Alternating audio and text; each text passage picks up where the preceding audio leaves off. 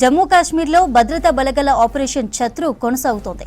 కిష్తీవాడ్ జిల్లాలో 3 ఉగ్రవాదులు దాక్కున్నట్లు సమాచారం అందుకున్న భద్రతా బలగాలు వారిని చుట్టుముట్టాయి. దీంతో సైనికులకు ఉగ్రవాదులకు మధ్య ఎదురు కాల్పులు జరిగినట్లు తెలుస్తోంది. కిష్తీవాడ్లోని ఛత్రు ప్రాంతంలో 3 ఉగ్రవాదులు కొన్ని నెలలుగా నక్కి ఉన్నట్లు నిఘా వర్గాలు గుర్తించాయి.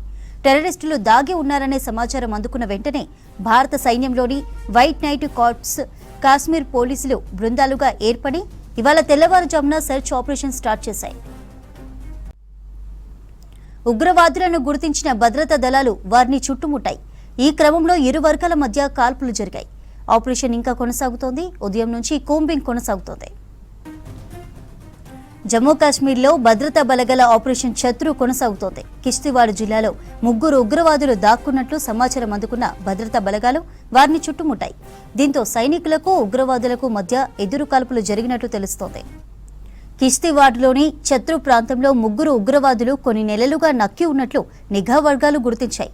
టెర్రరిస్టులు దాగి ఉన్నారనే సమాచారం అందుకున్న వెంటనే భారత సైన్యంలోని వైట్ నైట్ కార్ప్స్, కాశ్మీర్ పోలీసులు బృందాలుగా ఏర్పడి ఇవాళ తెల్లవారుజామున సెర్చ్ ఆపరేషన్ స్టార్ట్ చేశాయి. ఉగ్రవాదులను గుర్తించిన భద్రతా దళాలు వారిని చుట్టుముట్టాయి. ఈ క్రమంలో ఇరు వర్గాల మధ్య కాల్పులు జరిగాయి. ఆపరేషన్ ఇంకా కంటిన్యూ అవుతోంది. ఉదయం నుంచి కూంబింగ్ కొనసాగుతోంది.